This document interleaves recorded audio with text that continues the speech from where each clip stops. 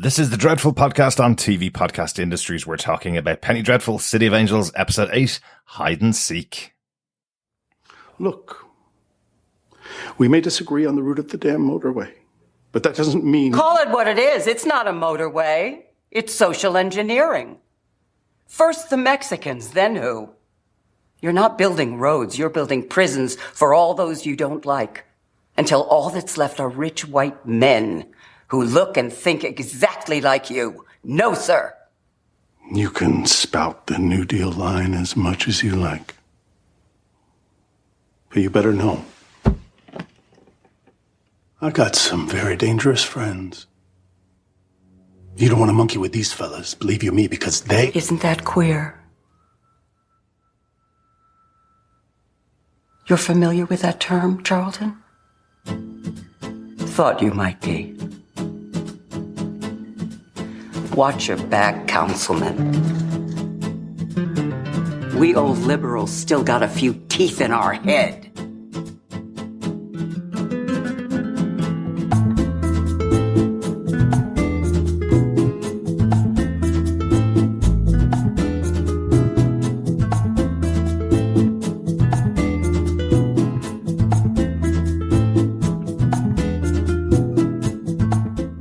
Welcome back, fellow Penny Faithful. This is TV Podcast Industries. We're talking about Penny Dreadful, City of Angels, Episode 8, Hide and Seek. I'm one of your hosts, Derek. I'm one of your hosts, Chris. Yes, welcome back, fellow Dreaders and Penny Faithful. It's great that you're not going anywhere, and don't be afraid, just because it's now the hour when we go to the Black Chapel, a place of fear and terror with the hooded figure, which is probably Frank on Trick or Treat night. I am one of your hosts, John. Excellent. Yes, I like that. That was a really cool little radio show they were listening to. It was very cool. Yeah. I could listen to that all day. You can tell why the kids were really addicted to it. They were sitting in the room all set up for the evening, looking to listen to some stories from the Black Chapel. It was very cool. I want to listen to more. Maybe we'll get more in the future. Maybe they'll do a spin-off series of the radio shows from the Black Chapel. I think the Black Chapel is actually Peter Craft's house. It might be. It might be. This was a scary little episode, wasn't it? It was a good little creepy Frank episode for sure. This kid is really good.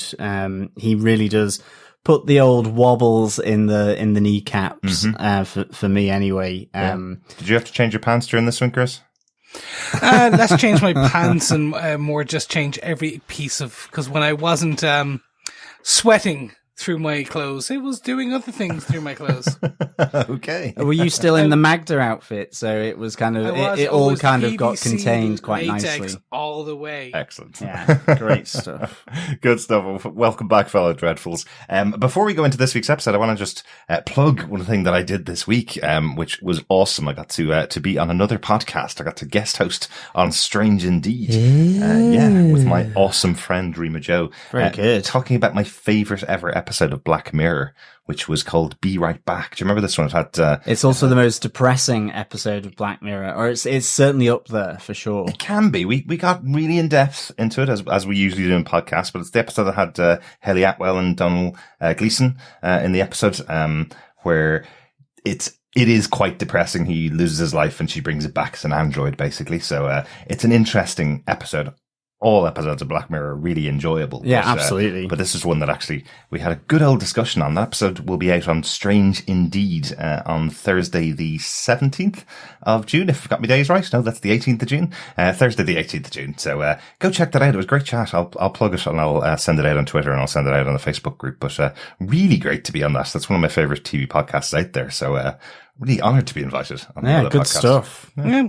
We're glad we get to share you with a new world. Hopefully you plugged us so they come back to us.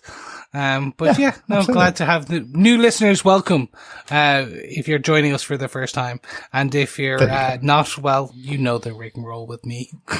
I just rant and ramble. Yeah. That's our Chris. One final thing to plug. Once again, we're coming up to our 500th episode at the beginning of July. We'd love to hear from any of our listeners that want to share any thoughts with us about any of the shows that they've been listening to. If you're a Penny Dreadful fan, you want to just give us an overall overview of what you thought of our coverage of Penny Dreadful. Email us at feedback@tvpodcastindustries.com, or you can leave a voicemail for us over on our website at tvpodcastindustries.com, or record your voice and email it to the email address. So you can use both. Yes, but I will actually do one final plug.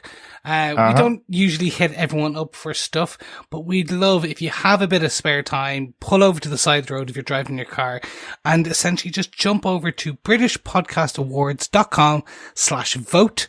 And if you could just go into the Listener's Choice Award category and plug the old TV podcast industries, we'd really appreciate it. It's a nice little recognition of the work that we do, and more actually the listenership that you do, to show that we are there and we matter when it comes to discussing our favorite podcasts. Yes, it would be cool if we got some votes in there for the People's Choice Award, or the Listener's Choice Award, of course, is the right description of that, Derek. Yeah, have a go at that. It'd be really cool. It's open until the 11th of July, I think, before they close that first round of voting. And it is just as easy as going to BritishPodcastAwards.com/vote. It's right there. You don't even have to search. Just type in our name, TV Podcast Industries, and we'll pop right up. And just keep voting. Absolutely. Just keep voting. If your granny has a Gmail account or an email account, get her to vote for us, because any of our long-time listeners will know I love the grannies and the grandpas and the aunties and the uncles. They all should be listening to our show and should be voting for us, because what else are they doing? Absolutely. Anyway, let's get into this week's episode, our discussion about Penny Dreadful, City of Angels, Episode 8, Hide and Seek. The episode was directed by Sheree Folkson, who directed Episode 7, and it was written by Tatiana Suarez-Pico. You guys may recognize that name because she was an executive story editor on Iron Fist Season 2, the excellent season of Iron Fist.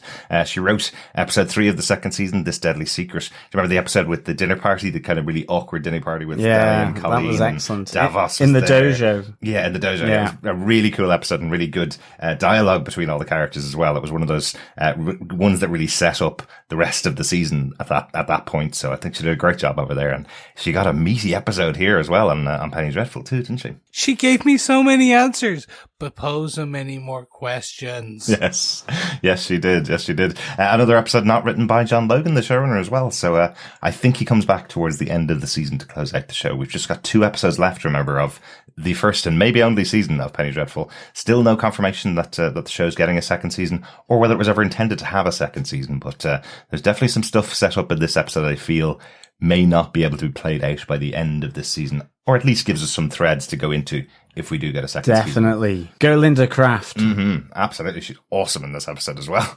I know obviously with COVID and with everything going on at the moment, it's quite difficult for production companies to come out and go into their regular schedule of this show is out there.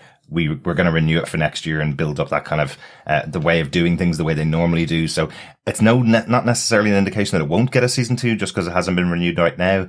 Things aren't back in production at all yet. So they may just wait until a couple more weeks until they know exactly what's going on in the future before they renew it. But it's been a really good season so far. Yeah, so hopefully. The rumor mill at the moment online, because that's what where all good rumors are, is that a lot is being held for Comic-Con, virtual Comic-Con.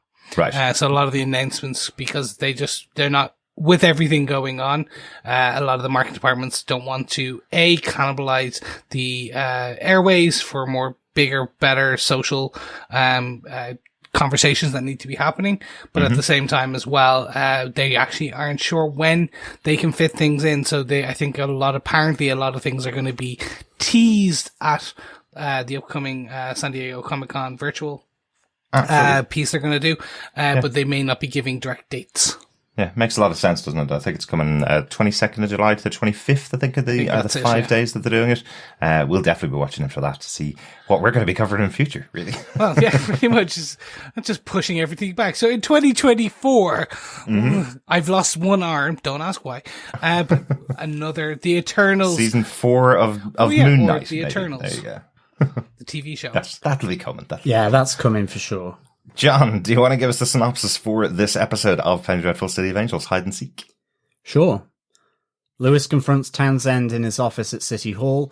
Meanwhile, Tiago questions Adelaide at the temple, where he discovers Josephina is now a member of Sister Molly's congregation and is being baptized.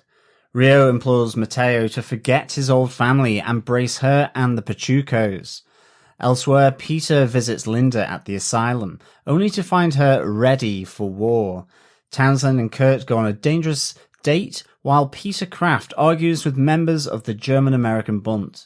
In the Craft home, Frank terrorizes Tom and Trevor as Maria fights to protect them from the demonic child. That's about right. Demonic child. Yeah, absolutely. It is, again, I have to repeat myself a little bit here, but it is still, I'm finding it still a little difficult going, that's still Magda in there. It's still Magda, even when he burns his hand and second Magda runs into the room to calm him down, basically. I still see the two of them as two completely separate characters, but they're not. It's still Magda, you know. So demonic child, who's also the other woman in the room asking for Maria to be fired. So it's I don't know. I'm kind of still trying to wrap my head around all of these versions of Magda in there. Before we kick in, I'd like to ask a question. Mm-hmm. Sure. We said that our Townsend and our little Gestapo friend went to, on a date night. Mm-hmm. These pubs, these gentlemen clubs, or these private clubs, these were real things. This wasn't made for TV. These were. Oh, absolutely. Yeah. They've been around for centuries. Yeah, absolutely. Okay. No, because I literally watched this and I went, wow, I did not know. Yeah. Like, I knew about 1920s prohibition. Mm-hmm. They had the speakeasies and stuff. But actually, it was something that never occurred to me. Right. That these types of bars would have existed back then. Mm-hmm. And also, they had the kind of the knock on the door. You learn something new every day. Yeah. I was just like, wow, like, this is cool. And again, it's just even the way it was a speakeasy type thing, but it was a way that people could express themselves back then. Exactly. No, they've been around for absolutely hundreds of years. In fact, if I remember rightly, I think there was a club just like this in Penny Dreadful.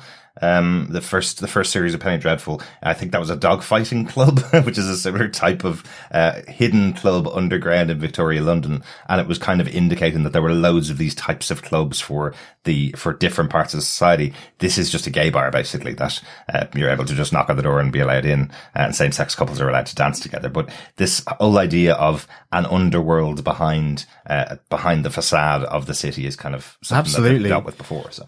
I mean, it certainly felt like the TARDIS as well from Doctor Who. I was kind of expecting a small bar, mm-hmm. but it was all fairly grand inside. But that was a great set actually, or location, depending on what how they filmed that. But mm-hmm. I actually, it's not so much a question, but I've got a theory, because what's beginning to freak me out now here is that we're talking about Frank being Magda. Mm-hmm. There's obviously Elsa, Alex, Rio, all Magda, and then there's Magda. And I'm kind of thinking, are there any people that don't look like Magda who are Magda? Mm-hmm. Because we already have Frank. So Frank doesn't look anything like Natalie Dormer. Yeah. And he is Magda. So there absolutely could be other people. So I was kind of, I was thinking around this in relation to Tiago and Molly, just because feels like a doomed relationship, mm-hmm. even though they're persisting at it,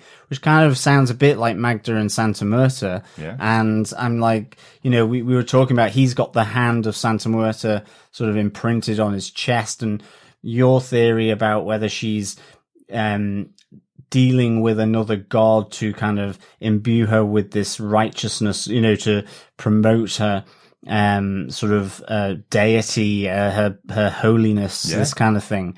And I just wondered, is it a metaphor for a doomed relationship, and that maybe Molly is also Magda? But mm-hmm. that might be a theory too far. But I just wondered, are there potentially anyone else that is Magda but doesn't look like Magda? I think that's entirely possible. I think that's definitely a thing. I don't know about Molly, but I think definitely later on, I think there will be a reveal in hopefully either this season or in the next episode or the next season, if it gets one, where it's like, hey, Mr. Gestapo is secretly Magda, or hey, X is secretly Magda all along. Yeah.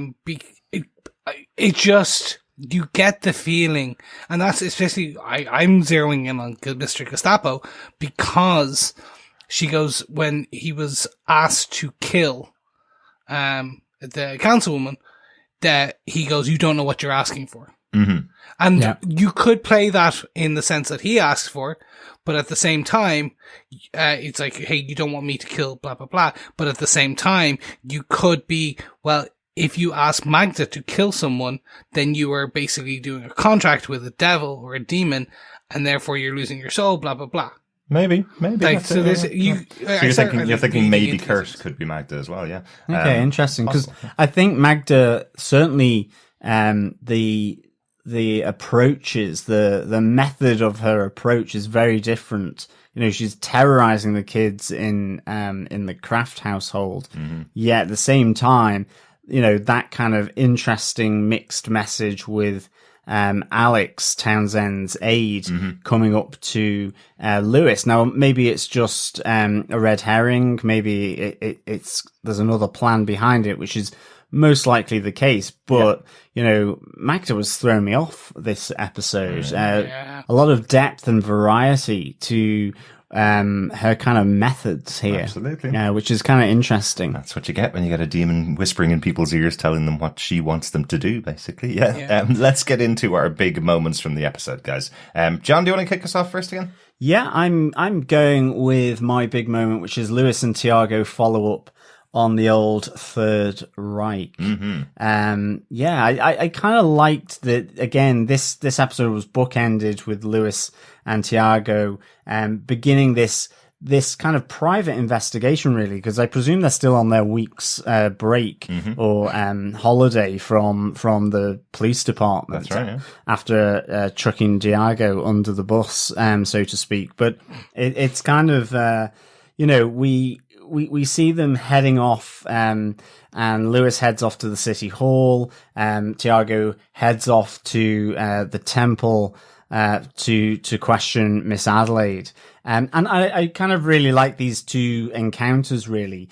I think with Lewis, it really added some resonance because of what Townsend had just gone through with Councilwoman Beck in her office. Absolutely. Where he's trying to throw her and threaten her, but is equally thrown off by the fact that she really has him clocked as being homosexual, and she knows his secret.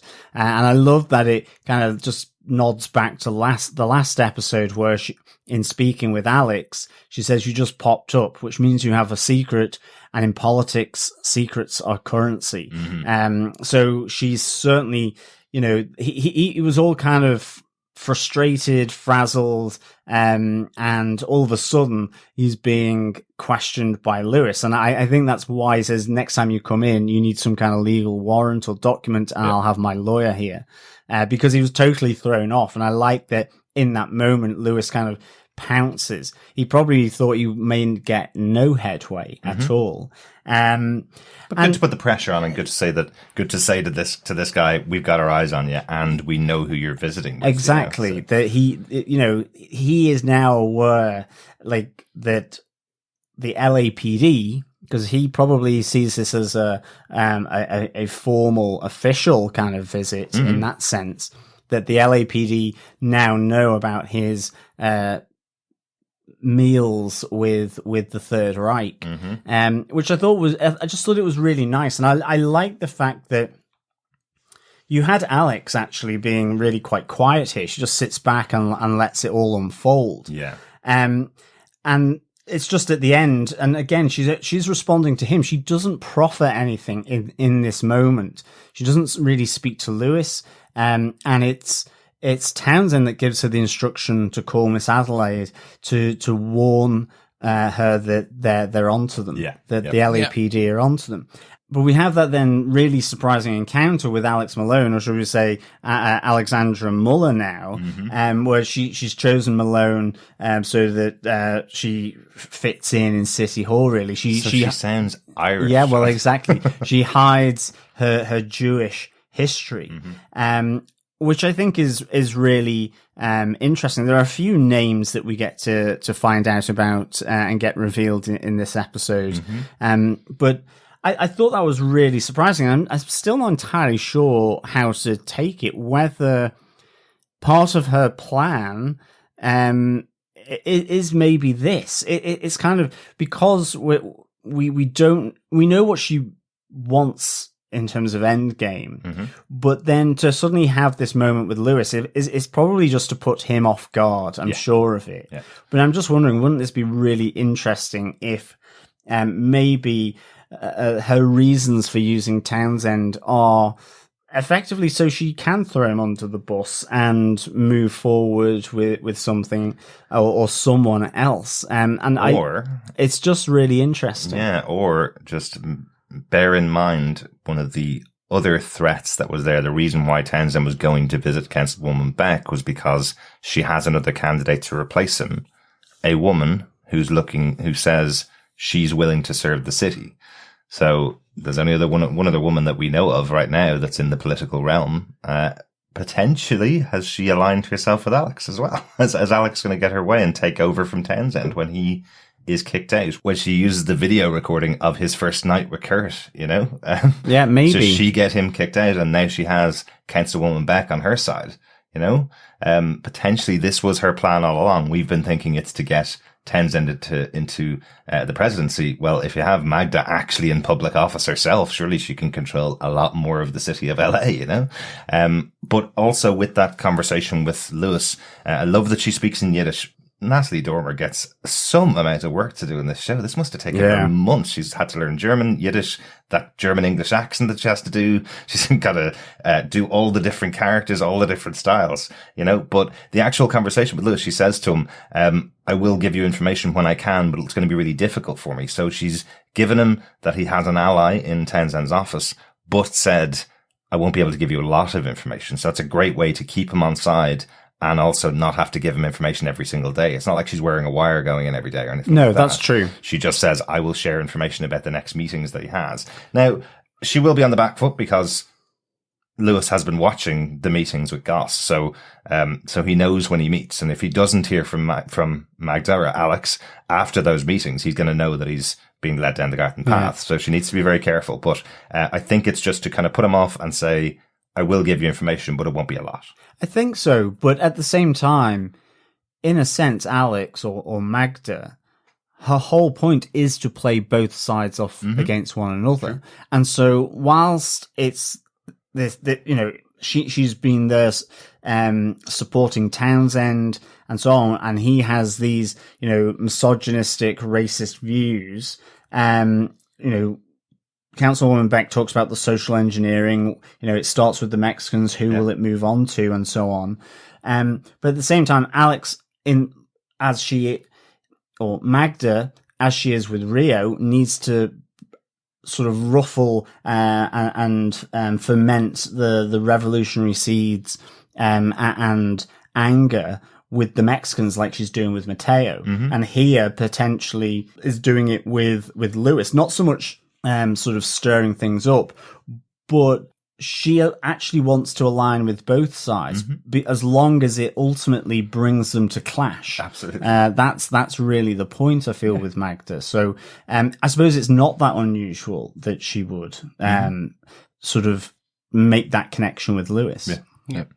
The person Miss Beck was talking about, Councilwoman Beck, I thought it was Miss Adelaide. Because we get this whole speech and discussion, which we'll talk about in a second, about what the good work she does and her church does. So she's looking like she cares more about the actual, the social injustices and things that Townsend doesn't care about. Yeah, potentially. So that's where I assumed it was going. And interesting. Yeah.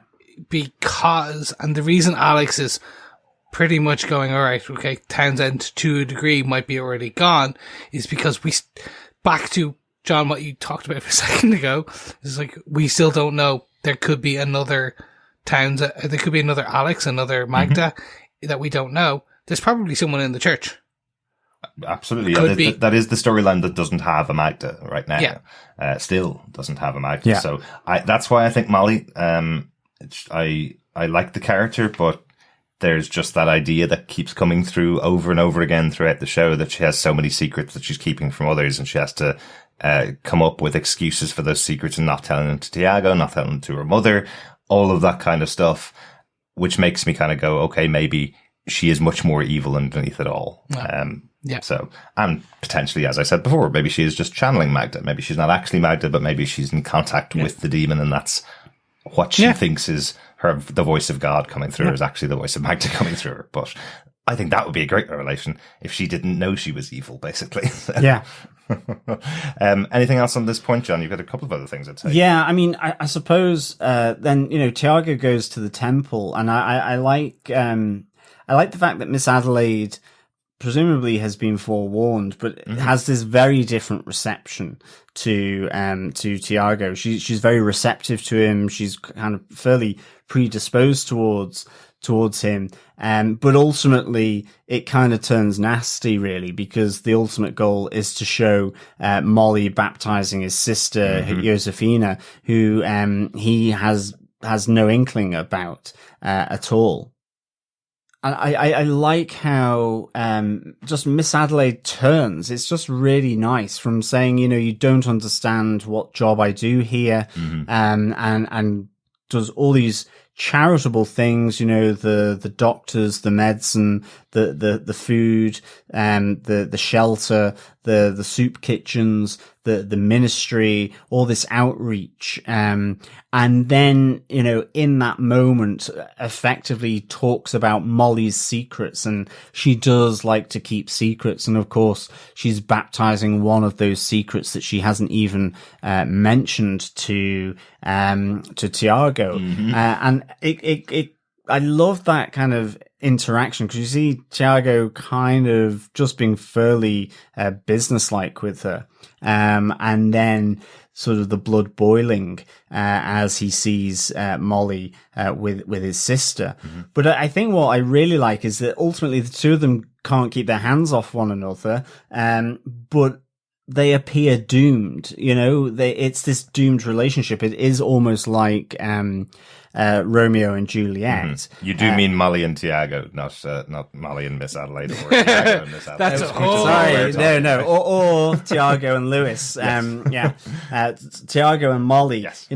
That their relationship is doomed, or appears doomed. Just in terms of the interference from Molly's mum, Miss Adelaide, just from certainly the secrets that he's been keeping from Lewis and his family about even dating her. The idea that, they're being followed by Randolph, Molly's kind of caretaker and sort of security, I suppose. Yeah. Or at least Miss Adelaide's security of Molly. Just everything. She's monitored at all times. Yeah. Well, exactly. It's just that everything seems stacked against them, yet they can't, even between the two of them, their own relationship is fraught. It's hanging on by this thread, yet they can't keep their hands off one another.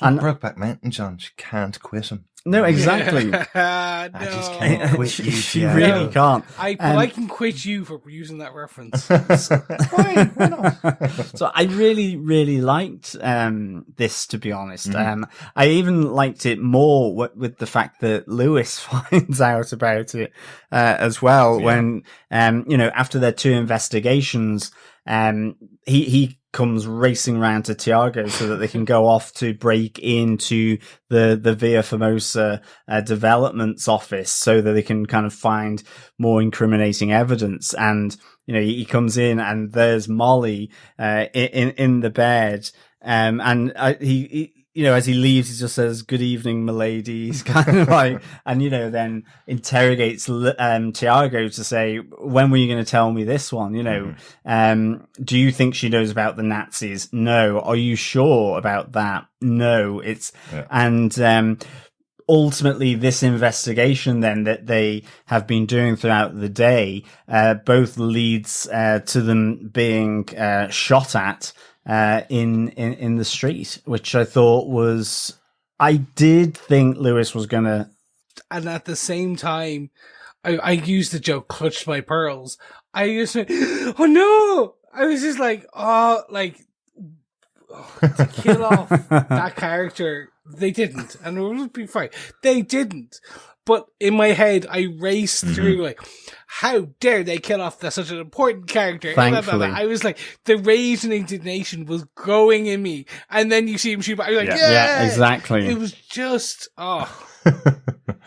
It's that 8th episode Netflix turn, really, isn't it? That's roughly the point when they kill off one of the major characters by surprise at the end of an episode. You're coming up, you're watching the clock, you're watching it go down to the end of the episode and going, maybe Lewis is dead here. Maybe this is the moment where they kill off a major character just after one of his best lines of the series, which is, a secret lay is always a good lay, right?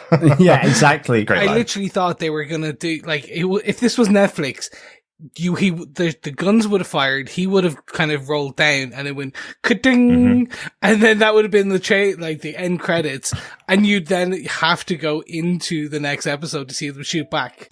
Yeah, absolutely. I like, there was something about that scene, the way it was constructed, that I felt something might happen to poor Lewis. And I'm glad that it didn't, for sure. Yeah. I kind of do wish, though, that maybe they had, if a few of Tiago and Lewis's bullets had landed on that kind of silhouetted shape with the machine gun. It felt really 1930s Chicago gangster. Absolutely. I really liked it. Yeah. It's a Tommy gun as well. Those things obviously hold about 6,000 bullets in them. He was shooting for a long time. He certainly was. But I don't know, got his leg or something so that they kind of can identify who it was. Because, I mean, for me, it was either Kurt or Randolph. And I can't imagine Randolph had sort of a semi-automatic machine gun. But you never know, for sure. Know.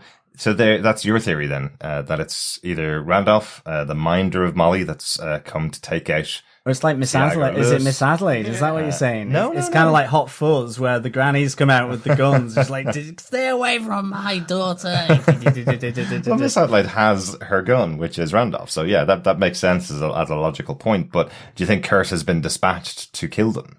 I don't know what it is about Kurt as the character. I feel like I know we've only seen him on screen kill the two friends of Lewis, but he did it quite brutally, quite quickly, and covered the whole thing up as well, remember. It feels like he'd probably stalk Lewis into a back alley and kill him. Yeah. Rather than doing something so open in the street as a Tommy gun from across the street. It feels more like a warning, I think. I think her goss is very smart. The suggestion from Townsend that he should assassinate Councilwoman Beck was kind of, dismissed out of hand as, well, no, it would draw too much attention. And if things go south, then maybe, last resort type of thing. And that maybe with, Lewis and Tiago's investigation is not unknown. So it's more of a warning off, to say, stop. And because they're LAPD, they don't want to shoot as such two detectives. Yeah. So, that might explain why most of the bullets missed, but it certainly did tons of damage to the car. It certainly did, yeah, absolutely. But I just wonder, I suppose, what's the purpose of this right now? If it's not Herr Goss, is it somebody else that knows they're following the Nazis and is trying to warn them off? Not in a good way, not like steer clear, you're not safe. Like, obviously, is it another member of one of the other parties? Maybe someone from the German Bund, maybe has taken exception to the two of them following Herr Goss and Townsend and Miss Adelaide. Miss Adelaide does feel reasonably aggressive that she may send Randolph out to shoot somebody in the street. But I'm still not too sure about that character. There's ideas that maybe she's not as evil as she is, that Molly's the evil one. Why would she send somebody out to shoot someone with Molly in plain sight? I don't know. But those are the two big theories, I guess, would be either of the two. I suspect it's Kurt and Herr Goss. Maybe. So I actually suspect it's Randall. Right. Because, just because I don't think it doesn't seem as personal or as up close as what Kurt would do, or the Gestapo would do. I think it's based on what previously Miss Adelaide had said, the way that she deals with the implication, the suggestion that it was Randall who did the original 4 killings. of the family and The Haslets, yeah. the Haslets, and then then based on what Lewis and Tiago and what they figured out and their pushing of what's happened in this episode. Yeah. I get the feeling it's Randall. Yeah. That's where my and also the height and the silhouette. Unless it is Miss Adelaide, Maybe. There was that interesting moment from Miss Adelaide where she thanked Tiago when he arrived for finding the murderers of the Haslets. So she knows that. I think she gauges from his reaction that there may be something that he's not certain that Diego did it. Potentially, if it is something that Miss Adelaide did, well, she knows who the murderer is, right? So maybe that's the reason that she's sending Randolph out to kill the two of them, is because now that there's someone in custody, if it killed the two detectives who may have doubts over who they put in custody, then that all goes away. The whole Hazlitt thing goes away. Maybe that's the reason. I know you're pretty much finished with your point, John, but can we mention the singer in the club now? Can we? No, it was one of the most exciting moments in the episode for Penny Dreadful fans. Absolutely. That was one of my kind of little points around Councilman Townsend, because, he's been threatened by Councilwoman Beck. He is drinking at least early in the morning in his city office. He's had the LAPD detectives in his office. And he's kind of unwinding with Kurt, so to speak, or so we think, in this private club, which is just so nicely done. I mean, even down to the detail of having the alarm bell in case it's the Vice Squad that come through the doors. I like even that Townsend, as they're walking down the alleyway, he pulls to one side as two ladies walk past, just so they don't recognize him. He tips the front the doorman so that keeps his silence, or adds a little bit more persuasion to that silence that he would anyway keep. And I just thought it was really nicely observed. And then I think the whole thing with Kurt, and they call both Beck and Kurt call him by his first name, Charlton, here. And that's why I think Councilwoman Beck's threat to him, even though she would follow through on it, she doesn't want to. And because she calls him Charlton, and she says, "Watch your back." And Kurt here in this moment calls him Charlton. And I really kind of like that conversation, as we kind of just discussed before this. He's straight out with wanting to kill her. And we have that "I don't work for you," but he says, "You don't know what you're saying. You're not a killer. You'll lose something that's not the man I love." And it is kind of interesting that these two despicable guys, Kurt and Charlton, one a Gestapo, the other this racist bigot in public office, and yet there's this moment of something that's relatable, certainly for me, going to a gay club or bar and speaking quite tenderly. And again, it's that idea that the observation that these two people can be despicable, but they can also have very tender, very real, emotive feelings and kindness towards one another, even though they're unkind to other people.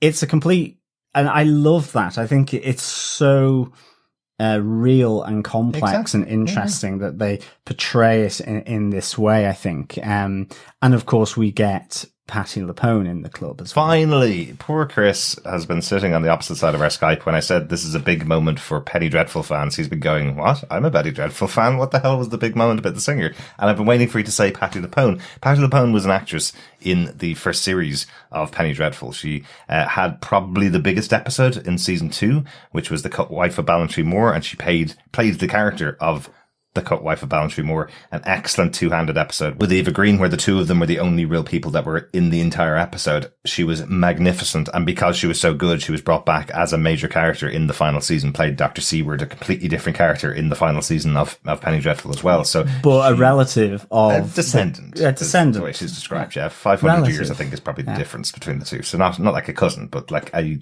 distant descendant of a character that lived for many, many years, yeah. So They're really related. Cool. They are related. They looked very similar. Yes, they did, of course. Yes. And then I think instantly the character reacts to that as well. So, but this time we have Patti LuPone on stage here. She is a well-known singer from stage in the US. She's been on Broadway since the 70s, and also appeared in the wonderful show Pose last season as a very villainous character in her role in there. Sometimes villainous, sometimes duplicitous as well. But really cool to see her back on Penny Dreadful, which is just this one episode, and have her in this moment with Charlton and Kurt dancing below. I think it was a really good moment between all of these characters here, and it's just great to see Patti LuPone back on screen. Do you think she's supposed to be a descendant again? No, I don't think they're going to connect it that way, but it would be a good way to connect it, because I suppose what some fans complained about with the Dr. Seward character being connected to the Cut Wife of Ballantrae Moor is that it didn't play off into anything by the end of the third season. It was just, it was learnt that she was a descendant, but it didn't really have a connection to the Cut Wife. Would that be accurate, John? Yeah, absolutely. It didn't pay off in that respect. We didn't suddenly find ourselves back on Ballantrae Moor for sure, but I think the idea of having that connective tissue running through was really good. It's just great to have Patti LuPone back in the stable for this fourth season of Penny Dreadful. I think I saw the image of her on stage in this particular scene. I think it was an image that was released sometime in January of this year. So I've actually known that she was going to appear in the show for about 6 months. And I was expecting her to play a character similar to Rory Kinnear, that they would bring the actor back playing a completely different character. But at least we get a great performance from her on stage. Yeah, no, it was great. And that whole scene was just fantastic. Really good. Really, really good. Chris, do you want to take us on with your big moment from the episode? Because I think you have one of the best moments from the episode, to be honest. Sure. Just let me dislocate my jaw a bit. Absolutely. Do you want to scream? That was not me screaming. That was an attempted scream. I just want to save everyone's eardrums. Yeah. My big point is, and I thank you guys for giving me this point, or allowing me to take this point, which is hide and seek in the Craft family home. This job, Maria's there. We now start to see that Elsa, Magda, and her forms of Elsa and Frank are not happy with the coyote being in there. And then Derek, hats off. There's multiple mentions of coyote in this episode. Absolutely. Now know why, but just the first introduction where we see Maria burying the hamster with Tommy, and we get the sense that she's starting to be aware that Elsa and Frank, there's something wrong, that there's darkness afoot. Yes. And she then provides Tommy with the talisman of protection, the black talisman of the coyote. That then leads to we skip forward. We start to see that there's obviously Frank is challenging Maria there. And that's straight for the jugular, or the emotional jugular. It's like, did you always want to wash toilets? No, you want to be a nun. No. Then you went and got knocked up. I'm paraphrasing here, but essentially and then ending with that bone-curdling dislocation. And it's all back to normal, split second, and everything's... What did you think? Go on inside with the boys, which is why I love Maria as a character in this show, because despite everything that's going on, she's not fazed by it. She's weirded out by it. She's creeped out a little bit by it, but she's not fazed. She still knows there's something going on. She's also not connecting that it is specifically Magda, even though she had that conversation with Magda before. All of the stuff that's going on between her and these two characters, Elsa and Frank, all the time, she's not specifically saying this is the same character that I had that fight with in my house. She's still treating them like they are a child in her care and her new boss, basically, in the case of Elsa, still being very polite with them.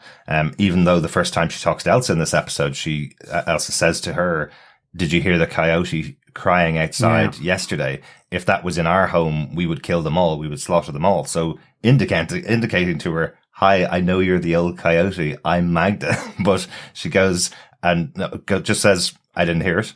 And then she's told that she's not allowed to have Mexicans near the house because what would the neighbors think?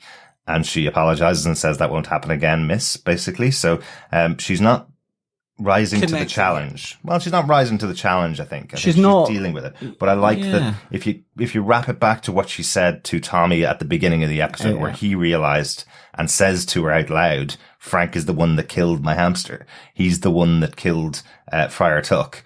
And she goes, "I believe you. You can't tell anybody. Not yet." So, so maybe that's it. Maybe she's just going to play the role, not reveal to them that she knows the information, that she knows that these two beings are Magda, until she's in a stronger position, until she has a way to defeat them towards the end of the series. Yeah, because what we get is then the I don't want to call it a dream, but it's a dreamlike sequence. Yeah, it's similar to I would say similar to the sequence from earlier on in the season with Tommy seeing the dead body of the murdered girl that Frank put into his mind. So it is something that she is experiencing, but she comes back to the same moment afterwards. So it's almost like a dream. Yes, yeah. So and probably the kids didn't experience it. No, I don't think they did. Like, I think that's the whole point is that that's just between her and Frank. Yeah. But the earlier thing between them where he unlocks his jaw, I think that is in the real world. Yes. And you're right. I think Maria's got this inner strength, and it's whether it's the belief in the power of her talisman, her idols that she worships and prays to. And I think it's that, because I agree. What she says to Tom as they are having the grand burial of Friar Tuck underneath the cherry tree, also looked on by creepy Frank from the window. But yeah, she's "Don't tell your father yet," or Trevor, not just yet. It feels like she knows she has to bide her time and be patient. It's like with her confrontation in that dream with her dead husband.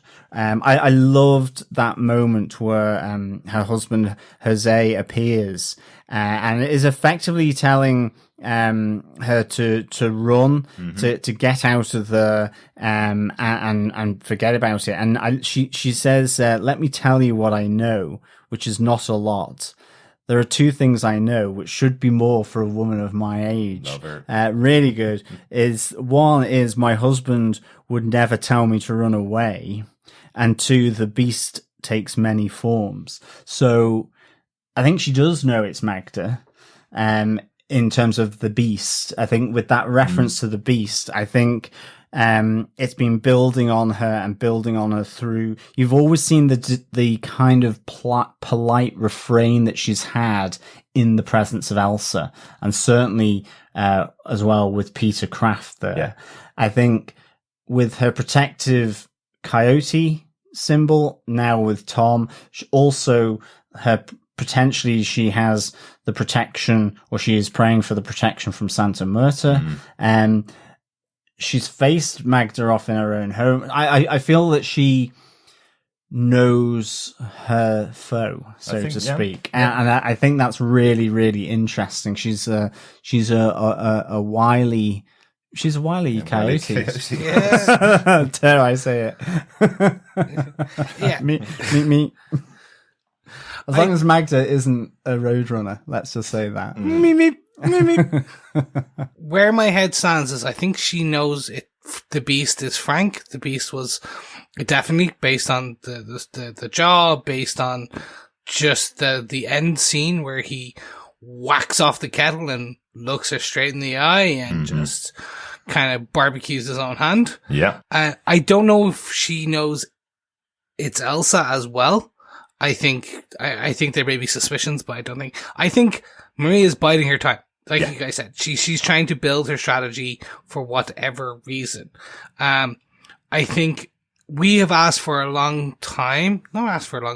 We've asked a few times, like, where's the supernatural in this, aside from Magda being multiple? Sorry, when I say we, I've asked. You've asked multiple times, where's the supernatural? We got this in spades. Like, we got creepy Frank, like, running around the walls. Like, literally, I was expecting a spider moment shoot up, like, where the camera looks up and he's there, like, spider crawling, head twisted back. We never got that directly, but we did get Maria's husband, Jose, like, burning to a crisp and, like, melting, which hands off to the CGI makeup department on that one. Yeah. That looked crisp in 4K. Crisp. It really did look amazing. And it's such a punishment for Maria as well, for her not accepting, I suppose, the what Frank is trying to do to get her to leave. She's not accepting it. She's saying, I know that you're lying. I know that you must be the beast. And her punishment is she must watch her husband die. Remember, she wasn't even there at the time when he died. She arrived afterwards. It was only Tiago that was there. He was the only survivor, I think, or one of the only survivors of that burning that Magda did in that first episode. So for her to have to experience what her husband went through as a punishment for not taking the advice of Frank almost, I think is really brutal. And I think it's so well acted by Adriana Barraza. I think she's just stunning in that moment where you can really feel that it's something that she never wanted to see, something that she never wanted to experience. It's probably even worse than she ever imagined, to see her husband there screaming in front of her, you know? And it leads us to, like, Elsa's been trying to get rid of Maria for this whole episode. And we do get this confrontation at the end, which we can discuss in a bit, but more, it doesn't come to fruition. And we see the consternation. We see the anger on Elsa or / Magda as she sits back into the chair, as she's not fired. Maria's still there. And like, she was planning all this to get rid of the coyote from the house and unfortunately she still has a coyote problem. Yeah, she does. Yes, she does. And she's potentially backed the wrong horse as well. So it's kind of, it's multiplied on her. It is, you know, it's that moment where at the horse races, you realize your bet isn't about to win you a ton of money. And I love that she seems dejected here. It gives this vulnerable side to Magda, which I think is really good. I think interesting read on it. Not that she's vulnerable. Vulnerable's not, but she's not infallible. Yes, I suppose exactly. More to the point. Yeah. The other thing I really want to pick out here is two things. One, the whole lights down, brothers down, completely thought that this was happening. I had no idea that it was a dream sequence as she was looking into the bloody water. And so just that sense of, at that moment, I thought, Trevor and Tom know. They realize something is a little unreal about Frank. But the whole, the lights down, the torch, all of that was like fantastic. Yeah. And Frank, when he burns himself and he's just like looking at Maria, smiling, and then as Elsa and Peter come in, that little kid's acting was fantastic. I love his change. Santino Bernard, just that change from creepy smiling kid with his hand in the gas flame to like wounded, burnt child looking for the comfort of his mum. It was really good. I loved that scene. I loved the really quick change so much. So good. Yeah, really, really good. So yeah, for me, this brought the supernatural, which I really enjoyed, and this brought it all front and ahead. But that's kind of really it, because there's a lot more. There's one final bit which ties into this, which greater discussion later. So I think let's close off this point. But yeah, Derek, what's your major point for this episode? It's not as scary, unfortunately, but still great. Well, still great. Well, it is. Certain places. In certain places, yes. But that moment, you're right, Chris, that hide and seek moment is the scariest moment of the season so far. And a manipulated dream or a manipulated vision, I suppose, for Maria. So, what I have is a bit more, a little more grounded. We have, Peter, Linda and Elsa are the other major storyline really in this episode, because we get a great visit from Peter to Linda Craft in the sanatorium. I love the scene because I love how it starts out where she's completely dismissive of Peter bringing her the yellow roses because he bought them just down in the concession stand on the way into the building. It's like, oh, how great you remembered. And then he tries to placate her, instantly telling her that she looks beautiful. And she's like, I haven't washed my hair in 3 weeks. You know, I do not look beautiful. You're saying that to get something out of me. But we see how strong Linda Craft is. We heard it from her when she was being forced to go to the sanatorium. We heard she was going to fight this, but she was going to go willingly for the moment and then bide her time. I love that how it's turning effectively is that her father's going to take care of her. He's going to look over all of the docs, and she will then bide her time potentially for years until she's able to pull apart the house of cards that is built on, as we'll currently call him, Dr. Peter Craft. I love that she knows his secrets. I love that she's going to use that against him, but who's going to wait for the best possible time to destroy this man. I think that's really interesting play from Linda, and I really say Piper Parabo in this scene shows why she's in the show. She's so good in this moment between them. Absolutely. This was a standout moment, not just for this character and for this actress. For me, it was a standout moment for the series, and I know that says a lot, and I kind of moving it quite high. My rationale for that was, you've seen this character. If you didn't know who Piper Parabo was, your assumption is that this is a supporting character. It's not going to be a big deal in the end, right? Yeah. But the intensity, the acting chops that Piper brings to this, this sets it up. Yeah. How this sets it up to be played, who knows? But it's really just this kind of like, hey, you know this character that you thought was just kind of in the background that you barely saw and just got chipped off? No. She means business. Absolutely. And this is how. Yeah. And I kind of like the insight it gives into Peter's character as well, because, you know, we'll talk about it a bit more in the other part of this point, but, Peter actually genuinely does seem to be almost a good guy in some senses. He seems to be a person that believes he's right anyway, and believes that he's trying to have a peaceful life effectively. And she plays on that with him. She kind of plays on the fact that she knows he's not going to push this too far. She will be able to take apart all of this life that he's built for him, because it's all built on lies, and she knows that. I must say, I also love her final line to him. The next time, bring back a lawyer and a cow for my roommate who misses her cows at home. I love that moment between the two of them. But I do think that she knows that he's a bit of a sniveling git, basically. That he's not a strong man. He's a man that wants peace and thinks he's going to be able to get through life getting what he wants and not making too many waves, even though he's part of a Nazi bunt. Or the German bunt, excuse me. He's not a Nazi, which is the other part I was going to talk about in a minute. But it is interesting that she knows that about him. He kind of says to her, you know, I'll just sign the documents. And she says, my father will look over them. And, oh, no, it's not necessary for that to happen. And she knows that he's just being a bit slimy about it and doesn't want to have a confrontation with her. Yeah, I think, I like you, Chris, I loved, this moment with Linda. It is the verbal middle finger to Peter and what he's put her through. And that is just played so nicely by Piper Parabo. And it's so good. Peter comes in, looking all wonderful, seemingly concerned for her. And I love that she kind of just fobs him off. You know, she's kind of cuts him out and isn't really answering his questions. She doesn't kind of give him that inch. My hair's not been washed. The roommate from Bakersfield, all this kind of stuff. Yeah. And whether she intuitively knows or forewarned by the family lawyer, he wants something from her. This isn't Peter necessarily being genuinely caring for her. It's not to say he doesn't, but he does also want something from her. And just the turn that she has, where she effectively says, you can keep the kids, the house. I'll see out the divorce in Reno with the hunky tennis pro at the local club.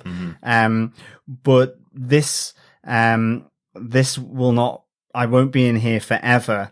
And then I will take your life apart, your life as a house of cards.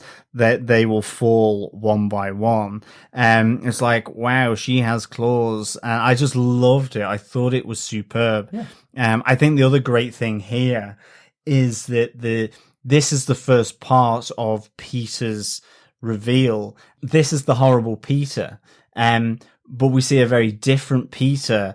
Again, the complexity of a single man holding multiple and potentially, seemingly, at least from a moral point of view, contradictory kind of positions, depending on who it's with. And it's just really, really interesting. Yeah, absolutely. And I think, because he's played by Rory Kinnear and we like the actor and we liked him in the first series of Penny Dreadful, we kind of give him a little bit of leeway. But what he's done here with his wife is absolutely atrocious. And what he's trying to do here with her is get her to sign a document that says it's absolutely fine what you've done, moving in this blonde who's 20 years your junior into the house to take care of my kids and stick me in a sanatorium. Like, I love that she's just going, no, it's not going to go down that easy for you. And if it does go down that easy for you, I'm going to make sure it all falls apart as soon as I get the opportunity to do it. So watch your back. But this episode really does give us everything else about Peter, doesn't it? We now know his entire history. And we know a lot more about his opinions and his beliefs this episode, which I thought was quite surprising, really.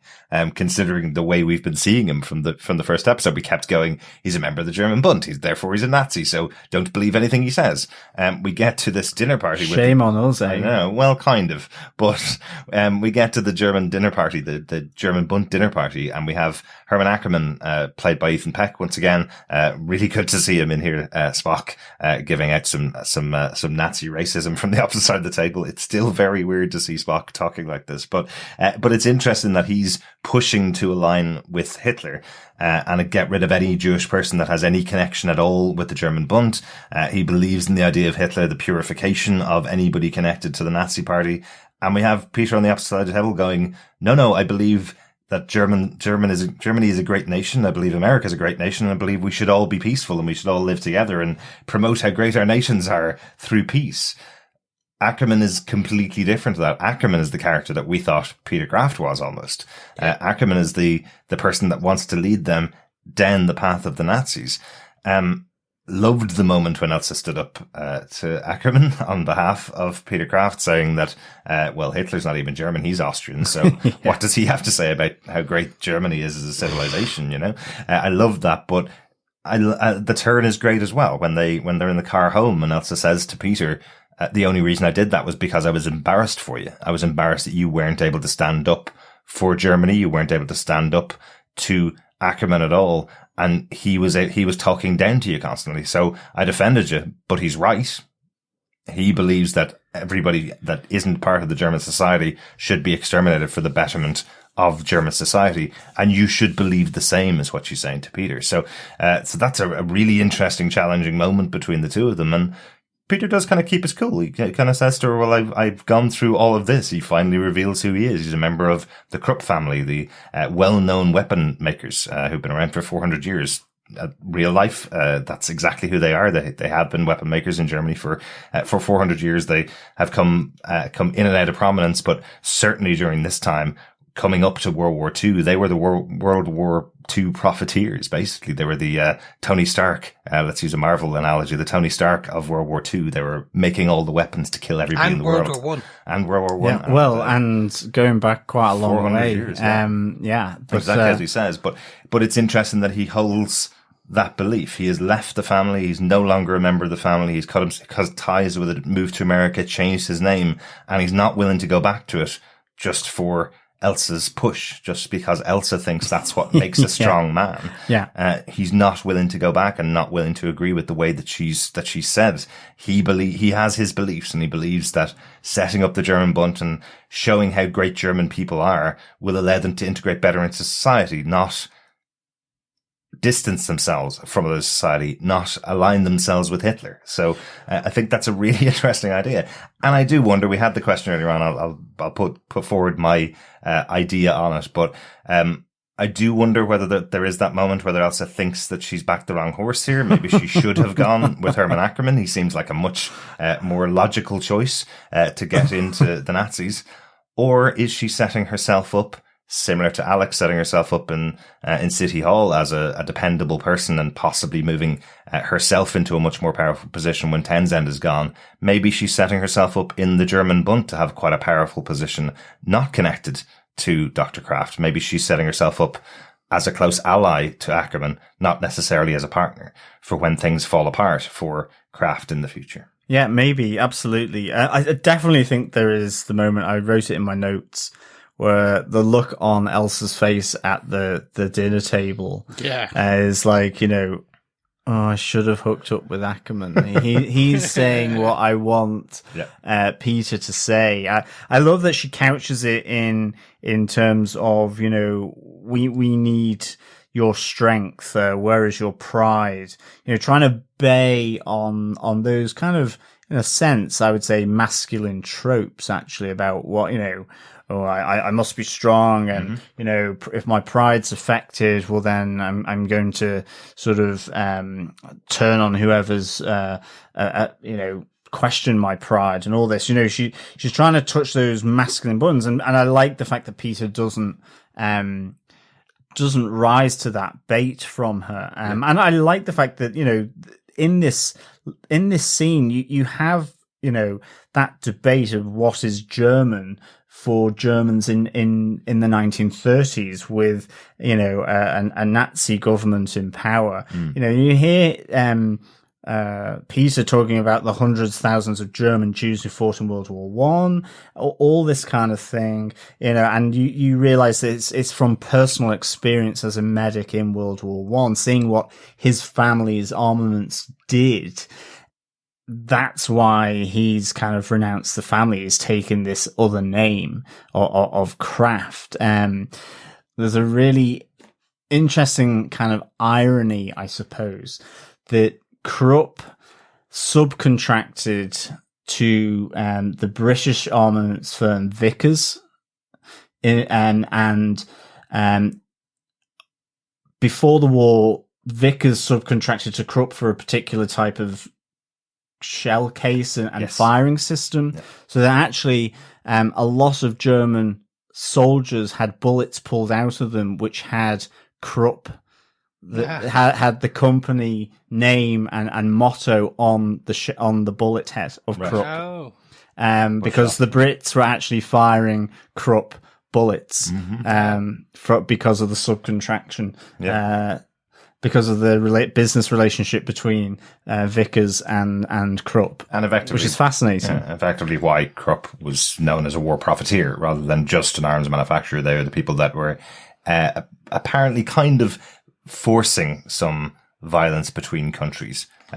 Well known for lobbying for battles to begin, partly because they were supplying the ammo to do so. So you can't supply ammo if there's no wars going on. So a really interesting background, because we didn't even think to look that up. You know, we didn't even think of looking up who are the most important people in Germany or in Essen in the 30s. Krupp would have sat at number one of that search in Google. If you check out who's the most infamous people in Essen at the time, Essen was almost known as, you know, a state unto itself. It was almost known as a place that people were supportive of Krupp because they were so powerful there. Everybody worked for them. The whole city was basically built by Krupp, so they were almost seen as its own state under Krupp. So you certainly would recognize this. Definitely. This family. I think the other interesting thing was because it was also a family company. So effectively like a monarchy, the eldest brother, in fact, it wasn't even sibling or child, would become the next head of the board and the owner of the company.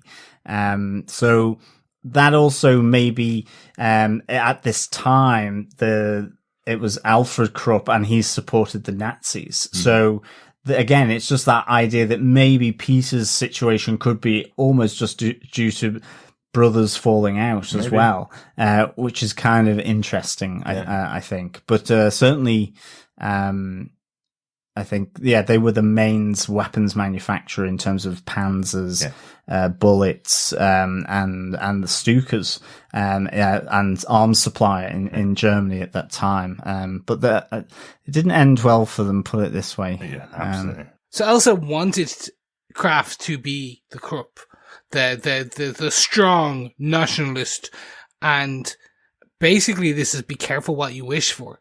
Because right at this end, he's pushing.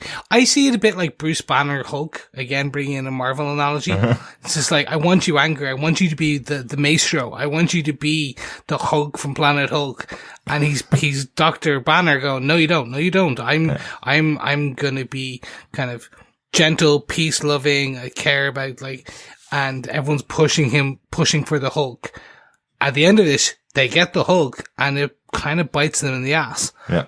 Because the way I see it is that I thought that Elsa wanted Craft to become Krupp, take back on the business, go back to the war, start the war, get all that going. Maybe. That's the way I saw, or potentially. Yeah. And I think her look of slight defeat as she sinks into the couch, as he completely goes against her, doesn't fire Maria. And notice, I think this is gives her a raise. In fact, just doesn't fire, it gives her a raise. Yeah.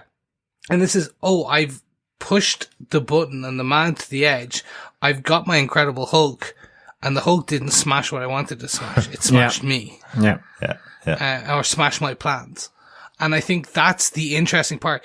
So for me, I've been asking, again, I'm not going to put words in your mouth. I've been asking, what is going on with Craft? How does this all fit in? Yeah. We got the answers, and I'm like, chef kiss in terms of how they weave this story that I was like, this is good. This is a long ball. Like, this is, you're trying to hit a bullseye from 1,000 yards away. And from a writing standpoint, I know we're on episode 8 of the show.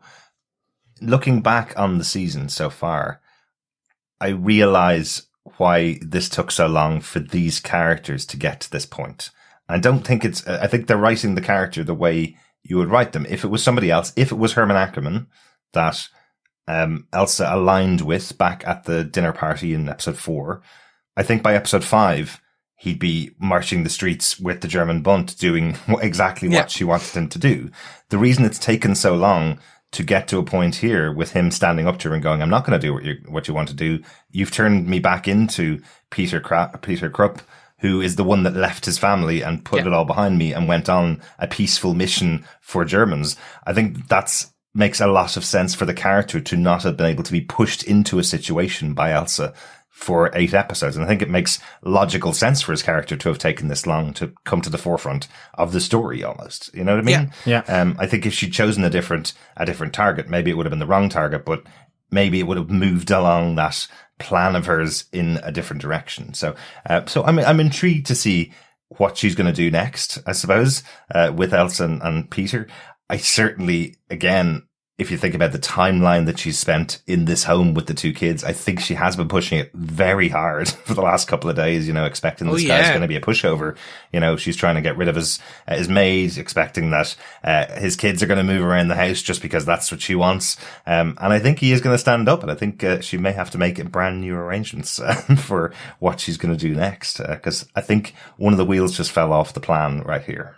Exactly. Yeah. And I think that's interesting that the coyote is in that house, that there is, maybe this supernatural disruption to her plans because of Maria being there. Absolutely. Like, you see the fondness that Peter has for Maria. Yeah. He's not a Nazi. He doesn't profess to want to follow Hitler. And in fact, I love his line. Just because I'm German, that means I'm German. It doesn't mean I have to follow Hitler. It's very specific in his head that that's my nationality. It doesn't mean I have to follow one person, Really it's my nationality. It's not my ideology. Exactly. Yeah, exactly. So I thought this was really good. Yeah. Yeah, I'm right where I want to see where this goes in the next episode. And hats off to the writing team. Like they, as you said, I now understand why it has taken so long to get to this point, and it's paid off. If this had have been, he turned bad and it was all done, and it was like, well, yeah, that would have been, and it wouldn't have been the payoff I wanted. Yeah. This is the payoff that makes sense for the narrative beats we've got. It feels like as soon as he realizes he's being pushed in a direction that he doesn't want to go, he digs his heels in and goes, hang on a second. You know, you're not manipulating me anymore. You're not whispering in my ear, telling me what you may be interested in me doing. You're telling me how you want me to be. Nope. My family weren't able to do that. You're definitely not able to do that. So a really interesting one for the main beats of the episode. A couple of other things we haven't talked about in the episode, that I think are important just to call out here, I suppose. We do have just one scene with Mateo and Rio, where Rio effectively says to Mateo that the reason why Tiago is the one that she threw under the bus for the killing of Officer Riley is because Mateo is supposed to be the new leader of the Pachucos. So where does that leave Fly Rico? Well, not the leader, and we know how's he going to take that? He's not going to take that well. Pushed to kill Fly Rico to take over. Is there going to be some altercation between the two of them, or is Fly Rico just going to step back and allow Mateo to step over, and the two of them run from behind the scenes, maybe, or something like that?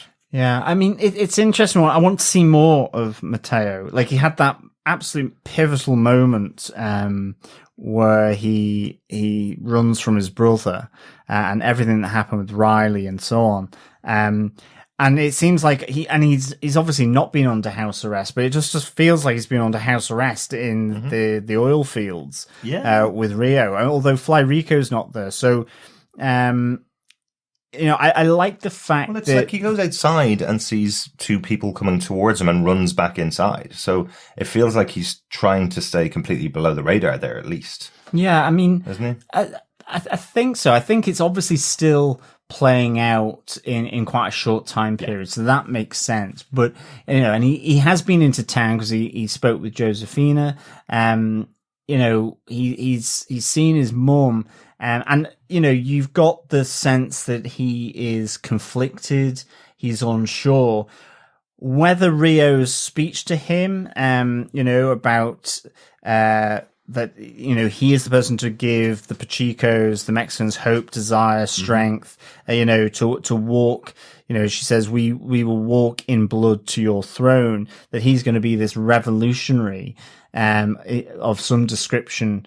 I don't know whether has he bought that, because she has given that speech a bit before when she was sizing him up for the suit, the suit, not for the bedroom. Still hasn't got a suit, actually. And he, I think I want to just see Mateo out of that situation, because I don't think it's good for him. It's obviously not good for him. But look at Mama Jars. I'd like to see Mateo have other friends. I thought it would be really interesting to see him go to Tiago, or is he now, because of that speech, going to be full blown? I'm the Inca god, or I'm the Aztec god, I should say. You're all going to die for me. And have this kind of fight out with Rico.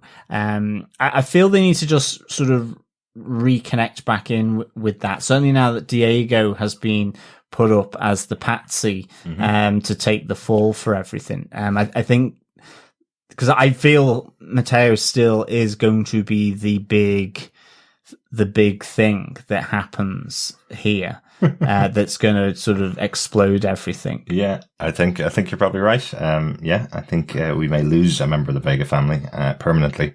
Not like Zombie Bro, Ralph, still sitting at home listening to baseball. I think we may lose Mateo of everybody that's in the family. So, very quick question, because I know we're wrapping up, right? But very, very quick question. I've never watched To Fruition, Penny Dreadful. Yes, that's right. I've never got through to a season finale, to the kind of how it crescendos. The season 3 finale, yeah. Should I expect will we get a supernatural type kind of all guns blazing showdown, or so we've 2 hours left. Yeah. Okay. So I'm trying to piece in my head where they go, because I don't know if they will set up a season 2, like a huge amount for season 2. If they may leave a couple of threads like, hey, we may explore this later. But I'm just wondering, like, are all the players on the chessboard going to meet on a battlefield or a virtual battlefield in one go? I think the characters in Penny Dreadful season 1, season 2, and season 3 all knew by this stage of the season where they were aiming for, what their battlefield was going to be. And I don't think any of the characters here right now knows that their battlefield is all the versions of Magda. So I don't see a big battle at the end of this season, but I will say every season of the previous 3 all ended with a massive battle with either supernatural creatures or other characters at the end, in the final episode of each of the 3 seasons. So it's entirely possible that the next episode will set up, now that Maria is on the trail of Magda, potentially next episode is the setting up episode where she's sharing with all the other people that are interacting with the Magdas, and getting them all together as a group versus the Magdas in one big supernatural showdown at the end of the season. And then there's a reveal of what could be in season 2, but a close down of season 1 and end to season 1 with a reveal of what season 2 could be. But I'm just not too sure if that's the way the season is going. I think, just coming to your question, Chris, I think that some will feature on some kind of battlefield as such, and will do battle. And I think some others are in place to, I think, really to come to fruition in another season. It feels reminiscent of season 1 in that I think we will get a conclusion to it, and I think it will be around Diego and the whole Hazlitt case that right.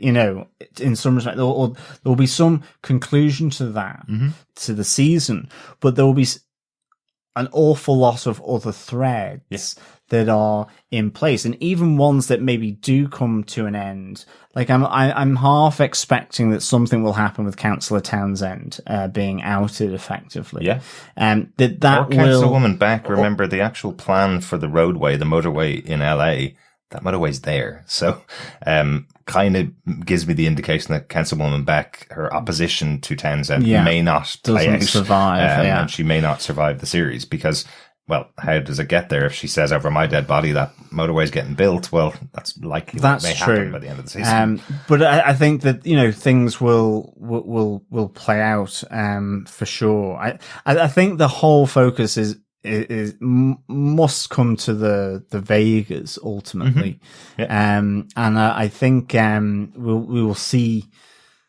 Maria to me is the lady with the big battle. I mean, I was even just thinking about it with Mateo there. He actually is increasingly almost feeling like the Josh Hartnett character, actually, of Ethan Chandler of the original season 1 Penny Dreadful, where he was there, but things played out around him. He was that observer, and I feel that maybe not in that same way, but that he's been peripheral enough, even though he's had a significant impact. With I don't know, certainly the last half he's been more peripheral to me, Mateo.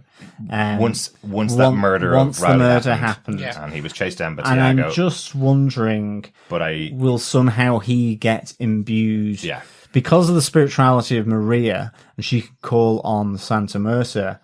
Will something happen where he can call on the Aztec gods that Rio keeps talking to him about? Maybe. Or Magda. He calls on Magda. Or Magda, yeah. Maybe. So, yeah, I know what you mean, but some of the things will play out. I don't know if all the characters are aligned enough. Like, not only one or two for a supernatural battle. Right. I think only Maria is available for, like, if I was to, again, I'm not a writer, but if it was like the next episode needs to make people aware of the more supernatural craziness that is going on, or the plan, so that it's set up in the final episode. It allows that battle to take place. Yeah. But with at least Tiago there, like, who is in theory one of our main characters. He needs to know. It's unless they are, that works, and I think that's what I would do. But then the other question is that they go for another option, which is the battle happens just with Maria at the end, but everyone else and it's resolved, and everyone else just thinks that the story, they stopped the Nazis and everything's good. So everyone thinks that there's one story happening and they solve that thing, and actually this big supernatural battle's happening underneath, and it's just Maria who battles it. That's entirely possible. Yeah. Yeah. So it's just, it's interesting, but 2 hours less. It's definitely, I'm curious how they're going to get there. But as we often say on the show, a movie is on average about 2 hours, and they accomplish quite a lot in that time. And after this episode, I'm expecting a lot is going to be accomplished in those last 2 episodes. But I'm really interested to see how it rolls out into the final moment. Interesting that you mentioned Ethan, John, because from the first Penny Dreadful, because my note is slightly about Ethan Chandler and Vanessa from the original Penny Dreadful. I just thought it was intriguing.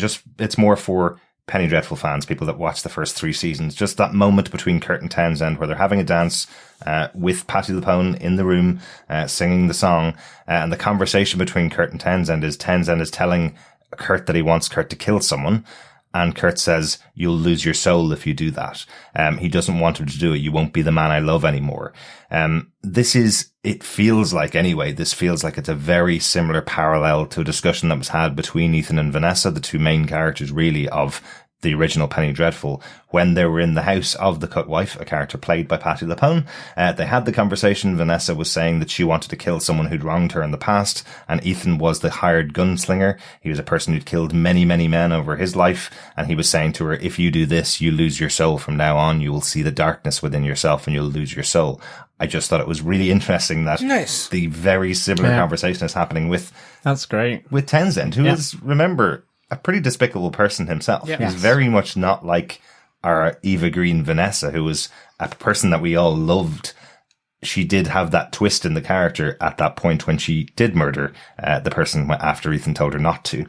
She'd had that twist in her soul, basically, from that point onwards. But I liked that the conversation was happening in the presence of Patti LuPone. So I thought it was bets that maybe Townsend takes it upon himself to kind of chuck a bit of water down on the floor, slip, crack her head open. Maybe, or a letter opener the next time she challenges him in the office, is what I was wondering. Yeah, I do think he's asked now twice to take out Beck and has been told twice no.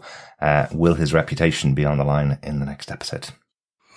But the only way we can get to the next episode and find out what and if will happen, I think is about time, gentlemen, we move on to our closing thoughts for this episode. So, John, do you have any closing notes on this episode? Yeah, it's just quickly to build on the stuff I was searching about Krupp, the armaments company, which the thing is kind of quite interesting, is that basically the company went to Nuremberg after the main trial of the head Nazis. But the companies that colluded with the Nazis were also taken to Nuremberg and effectively disbanded. And Krupp, Alfred got 12 years, along with the co-defendants, which were basically the board, because they were found guilty of plunder, because Hitler allowed them to take over any of the industries in the occupied nations for the German war effort. So they took over Skoda in Czechoslovakia, and also because, fairly apparently, they used slave labor in factories that they set up to supply their main factory in Essen. Both prisoners of war, civilians from occupied countries, such as Slavic ethnic group from the east, but also Jews. So they actually, Krupp representatives went to concentration camps to select laborers for these. So one of their major centers was right beside Auschwitz. Yeah. So all in all, it was a fairly cozy arrangement between Krupp and the Nazis, which the company paid a price for. I mean, even to the extent that Hitler decreed what was known as the Lex Krupp, which authorized the transfer of all of his mother's shares to him, so that he had the full entitlement to the Krupp country, and effectively dispossessing all his brothers and sisters of any, and that was all reversed. And I think the Krupp was dismantled and then started back up again. So a bit like Volkswagen must have been done as well, or something like that. So yeah, kind of interesting little sort of rabbit hole you go down. Absolutely. When, and now what? They make, lifts and escalators. And other mechanical, so crazy engineering levels. Yeah. Stuff. So they were banned from the company was banned from being able to produce weapons after World War II. Yeah. And it just adds that extra insight into what decision that Peter has made, considering how powerful his family were in Germany, to turn his back on them and leave the country basically after the First World War is the other thing we find out in this episode. That's pretty much as soon as the war was over, he left Germany and moved to America because of the horrors that he saw his family inflict in there. So yeah, it's really, really interesting knowing their history. I will just quickly say, I thought it was made up, and then I quickly Googled and then went, oh my God. And as I was just going down the rabbit, as you said, John, the rabbit hole of Wikipedia entries, going, no way. And then getting to finally the history, seeing they're still around. Yeah. What? Anywho. I know, but that's the thing with this show. You know, I did see a conversation on one of the Facebook groups the other day about the two teams that are mentioned on the radio, and Rel is listening to the radio, the two baseball teams that he's listening to. And the person was questioning because one of the teams that he's listening to, the Padres, weren't in Major League Baseball until the 50s. Well, of course, this being Penny Dreadful, he was listening to a completely different league of baseball that did exist in the 30s and had the two teams existing in there. It was a much smaller league that he was listening to on the radio, because that's the kind of detail they go into to make sure everything fits with the time period. Maybe a year or two out, but you know, not much, but certainly not 20 or 30 years out. And they're very accurate in the things they want to include in this show. So great work in there. Overall, gentlemen, what did you think of the episode? John, do you want to give us a quick idea of what you thought of the episode overall? Yeah, I really like this. 4.5 washing bowl dreams from hell out of 5. I really like this, from the whole horror montage with Frank in the house with Maria and the two T's. I thought was really, really good. Yeah, Tom and Trevor. Shout out to the Delightfully Dreadful podcast on that one, John. Well exactly. I loved the moment between Tom and Maria burying Friar Tuck. I just thought that was really good. I liked the massive hug that he gives to Maria. And I think just like thinking back of how Maria was treated by her own family last week when she cooked all that lovely food, and then at least having that moment with Josefina, I thought was really good. I like the fact that Magda was really kind of a little bit up and down in this episode. She didn't seem to have really worked her magic with Peter. She, you know, didn't manage to get Maria fired. And then there was the surprising thing with Alex and Lewis at the City Hall. But yeah, I loved all of these different threads this week. I thought it was really good, and it was great to get some more, to get those questions answered around the Crafts, or as we should say, the Krupps. Exactly. Chris, what's your overall thoughts on the episode? I loved it. This was something I'd been crying out for. Not crying out for. I'm being hyperbolic here. It was something I was so curious about for so long, because I wanted to know what the backstory was. And I feel they got it to me, and they gave it to me in such a way that I'm now sitting back and going, yeah, no, this makes sense. Your story made sense, and the length of time your story made sense to get to the characters of where they wanted to be, or where you wanted them to be at this case. Yeah. Because I think, Derek, you said it right. If this had been another character, you could have done this in episode 4. Yeah. And it would have been done. If they had have stopped this character, revealed it, and then he suddenly went to the dark side, I'd be like, no, that doesn't ring true. You built this the wrong way. So, and in fairness, just because I don't think I said it when we were discussing the episode, in fairness, it is really important that is one of the characters. Peter Craft is really important that he says no, because right back to the first episode, Magda says she will whisper in the ears of men and men will do what they do because they're allowed to do it. She believes that in all men is a dark heart. And Peter's character effectively is saying, I'm not going to do what you want me to do. So it's really important that he doesn't do what she says because it displaces her belief that all men are evil effectively. Yeah. So. No, exactly. And I think that's the core. They're showing the vision for this show that I didn't see before. They're giving me like the points I couldn't connect. And they're starting to connect them. And that's the sign of a good series that I'm like, I just like, amazing. Give me the next episode. Mm-hmm.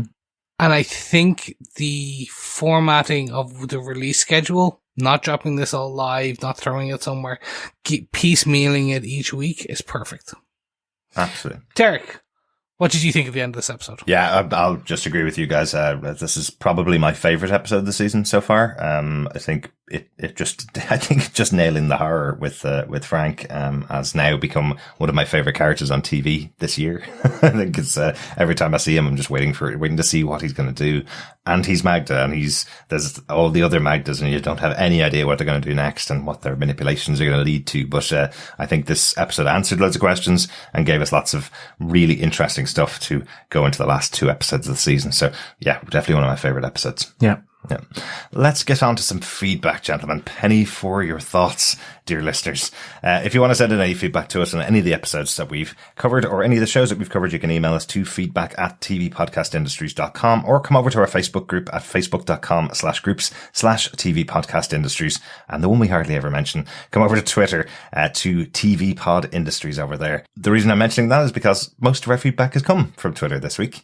Our wonderful friend Anna, which is MadGuida666 on Twitter, has finally caught up on Penny Dreadful. She recently watched all 3 seasons of the original Penny Dreadful. I knew she was going to love it.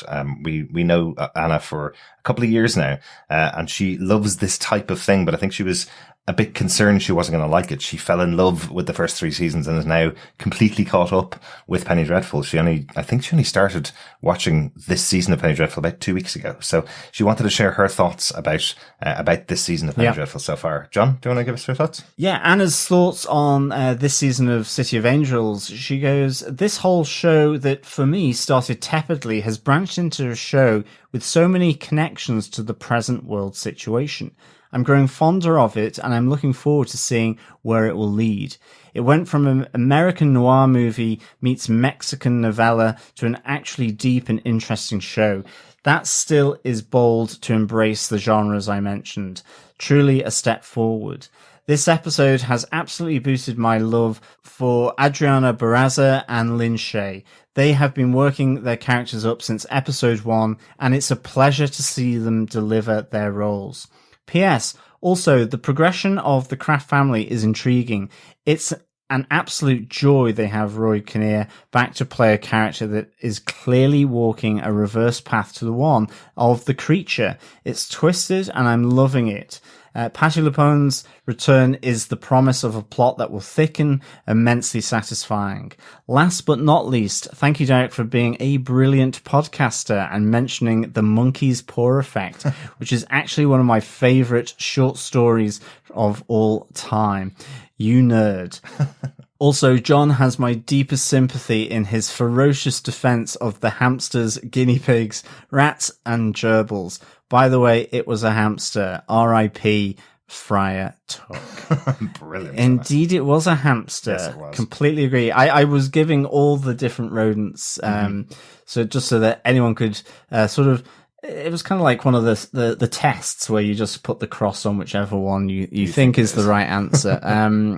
But certainly, yeah, a hamster all the way all the way into the ground, I suppose. Well, yes, this for week. Friar Tuck. I did look at my notes as you heard towards the end of the episode. I did look at my notes and realized I was wrong throughout the episode. So yes, you're right, Anna. Definitely. Yeah, as you say, Lynn Shay has been fantastic this season, and Adriana Barraza is just wonderful. I hope she gets an Emmy nomination for her work on this season, because she has been essential throughout this show. Really, really good to see her. Thanks so much for your thoughts, Anna.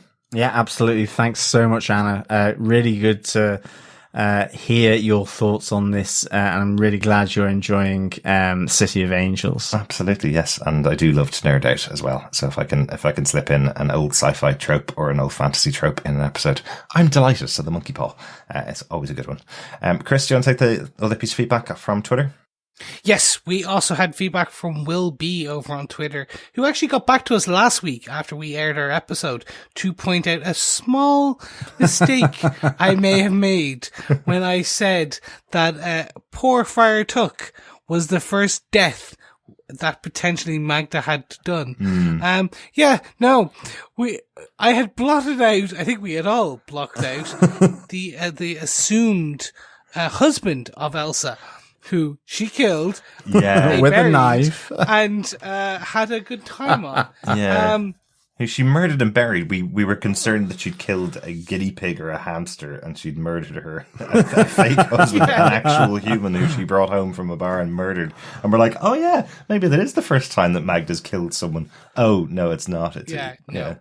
Friar Tuck the hamster was more adorable than so Mr. that's Branson. exactly it. But we didn't see fake Mr. Branson being murdered, so maybe she convinced a neighbour to do it. Yeah. There I'm be sorry. anything. I'm sorry, Will. You're absolutely right. Yeah, we should have gotten that. I did send it around to the guys as soon as you sent it to us on Twitter, and all of us are going, "Oh, what are we thinking?" I suspect Frank just morphed out of her stomach and T2'd his hand into a spike, and so it just went straight in. Yeah. Nice. Yeah, maybe that was it. Yeah. But that's still Magda. So that's true. But thank you so much for that feedback, Will. Keep spotting these, please. Hopefully we don't have that many. Regarding feedback on this episode, Will said, couple of notes. Dr. Craft won this episode, hands down, sticking to his moral compass. Nice. Finally, fuck Frank. That is all. I totally agree. Yep. You know, if on all points. You know, the actor who plays him, absolutely wonderful actor, but if I saw Frank coming into my house, I would run a mile after seeing what he's doing in this show. I'd probably just chop any myself child into coming bits. into your house, I run a mile. Well, that's what are you doing here? Yeah, seriously, if any child comes into your house that you don't know, that's a bit weird. That's very true. You kind of go, are you dead? No. Well, why are you in my house? Well, no, usually, Chris, just the etiquette usually is, can I help you find your parents? Not scream at them and run away, because that makes children afraid. Ask, are they dead first? If they say yes, then you've got a problem. If they say no, second question can be, okay, where are your parents? If they go, they're dead, then you scream and run. Yeah, absolutely. Thank you so much, Wilby. Certainly, I love the whole Dr. Craft, his moral compass with respect to his family business, yet towards, I suppose, his soon-to-be ex-wife, Linda, he doesn't really display much in the way of a moral compass. I really like just that contrast of Dr. Craft. He certainly wins this episode hands down. Mm-hmm. Absolutely. Thanks so much, Will, and thanks so much, Anna, for your feedback over on Twitter. Come follow us on Twitter. We'll talk back to you and everything. It's awesome. Our final piece of feedback comes in from Steve Brown once again, and this week's voicemail. Okay, that was scary. I mean, there was some tense moments in this one. Hey guys, this is Steve. This is for Hide and Seek, episode 8. I just finished watching it, for the first time. I may watch it again in the morning if I have, time, but I wanted to send this out as I just finished the episode because it was so good. And I think, if I could pick 3 things real quick, we're seeing some more of Dr. Craft, and I really like this, how they're taking this character here, because he basically told Elsa, right? He told her, no, I'm not going to be controlled by any woman, even you. The old maid's not controlling me. You're not controlling me. I'm controlling me. Really like that. Like where they're taking this character. I think that was a great turn with Alex. I didn't see that coming, that she was going to appeal to Lewis as a Jewish person, and that speaking in Yiddish. And wow, the reveal that Tiago carries a backup on his ankle, that was just great. As soon as he pulled his pant leg up and I saw that holster, I was like, Tiago carries a backup? That's great. So I thought that was really, really cool. And, just the whole episode was really good. There was a lot of good stuff in this, really, kind of moved the story forward. We're starting to see the connections all come together, and, I'm excited for the next two. And, yeah, so, just a really good episode. And, the only thing that bothers me, I will give a little criticism. This is just to Showtime. Anytime when you have the closed captioning on, sometimes the closed captioning covers over when they subtitle the characters like speaking in Spanish. And so like there'll be the translation, and over the top of the translation is the closed captioning saying in Spanish, but you can't read what it's saying behind it. Just kind of bugs me. Anyway, can't wait to hear what you guys thought. Talk to you later. Mad Steve, that is so annoying. I know exactly what you're talking about. Yeah, I'm right there with you, Steve. That's happened on multiple shows. Yeah. And it's one of those, no, we get it, but no, we can't see it. Oh. It's like the subtitles shouldn't read the words in Spanish if you're translating them, right? Just leave that out. Thanks so much for your voicemail, Steve. Yeah, I totally agree with you. It's been a really good episode and some nice scary moments in there too. Yeah, thanks so much, Steve. Yeah, I thought the ankle holster was very good with for Tiago. Yeah. And whether Alex's appeal to Lewis is maybe as genuine as it first looks, I don't know. Or whether the ulterior motive is, as you say, to actually now replace Townsend with someone else. He's maybe becoming even too much of a liability for Alex Malone. Yeah. I suppose just in my head, all I keep thinking is not only is she not a Jewish woman whose parents died in this attack on Vienna, she's not even human. She's Magda, so the appeal can't be real, basically. So nothing about it can be. But it's a good way to get into the pocket of the LAPD, I suppose, or get them in her pocket, whichever way, whoever's got the pockets. Thanks so much, Steve. Big congratulations to Steve and his co-host Mark Kirkman. They are coming up on their 100th episode of their pop culture podcast over on Panels to Pixels.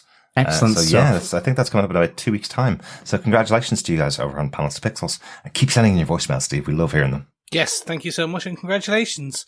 When you hit 400, come to us. When you hit 500, we're getting that close. We're only a couple episodes away from that as well. 2 episodes, I think. 3 episodes. I know. We're so old. It's awesome. Final business of the day. Let's get down to the pub and get a drink, boys and girls. Oh my God, yes, I could do with a cider. It is sweltering in this podcast room. Yes. Well, yes, it's been a very long night in the Craft family home. And dare I say it, like Councilman Townsend, a quick early whiskey in the morning might be required for calming the nerves. So this week's pub quiz question on the Penny Dreadful pub quiz. Please remember to send your answers to the questions through to feedback@tvpodcastindustries.com, where we will actually read them out on our review and roundup episode of the full Penny Dreadful City of Angels series. You can send them in, week out, as you hear them, or all at once. The decision is yours on that one. Just for episode 8, Hide and Seek. The question is, what does Maria cook up for Trevor and Tommy as a treat as they listen to the radio? That's a pretty good question. I like that. Yeah. Yes. And as John mentioned, it'll be on our 501st episode of the podcast, you'll have a little bit of extra time after we do the final episode of our Penny Dreadful podcast to send in all of your answers to the pub quiz.